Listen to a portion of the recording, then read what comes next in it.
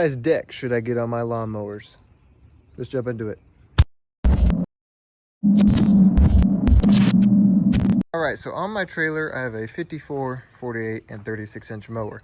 These are the sizes I have, and I'm going to tell you the reasons why I bought them in the order I did. So the first mower that I bought was my 48-inch Stander X. Now, when I first started out, I didn't have any money to really be able to purchase a commercial mower, so I saved every penny to be able to buy one. So when looking at deck size, I had to really think about what was the best deck size for my area. So I live in an area that has a lot of small yards, a lot of quarter acres, smaller gate sizes, all that kind of stuff. But I also have a couple properties that had pretty good acreage. I have one property that's 8 acres, one property is about 2.5 acres. So I was like, I want something that's fast enough to be able to mow the acres, but small enough deck size wise to be able to mow through those small gates. So that's why I chose right in the middle between 36 and a 52 to 60 inch deck. So I went with the 48 inch deck. So if you only can buy one mower, I recommend getting a 48. Best of both worlds, and can save you time from having to push mow more of your lawns. Now, as for my 54 and my 36 back there, this is what I recommend if you have a lot of cash saved up. This is what I did after I bought my 48 inch. Is I bought a 54 inch, then I bought a 36 inch. So if you can afford to buy 2 mowers, I recommend you buy a 52 inch or 54 inch and a 36 inch mower. So if you have the liquidity to go ahead and do that, go ahead and jump on that. Because what I'll say now, sitting in the position that I am with the 48 or 54, kind of wish I had 2 52s or 54 inch mowers, because now that I have the 36, it handles all the small properties, and I only had to jump on the big mowers when I hit my big properties.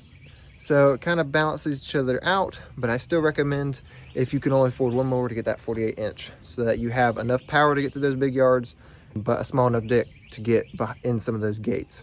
So now that I have this setup running right here, I wish I had 2 52s, which that might be what I do next, is get another 52 to promote this. I don't like selling equipment because I believe getting every single penny out of each piece of equipment and using what is making me money right now. So I always recommend, don't get in debt over a mower. So use what works for you and what you could budget for. If you can only afford one mower, get a 48. If you can afford 2 mowers, get a 54 or a 36. Now also, to add to that, it is a lot about property size. So if you have a bunch of small gates and you're really not going to need anything big like a 54, 52 or 48 inch mower, grab that 36 up. I can't tell you how much energy you expend by push mowing your yards. This will increase your productivity immensely by getting a 36, meaning that you can mow more yards because you have enough energy to mow more yards. Not having to push mow stuff really saves that energy.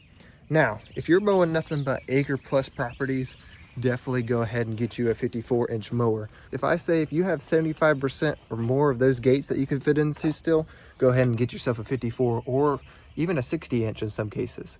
A lot of places up north have acre plus properties that are their average size. So go ahead and upgrade to that 54 inch model. Don't even worry about the 48, because then you can add on another 52 or a 36 at that point and have a really good setup going.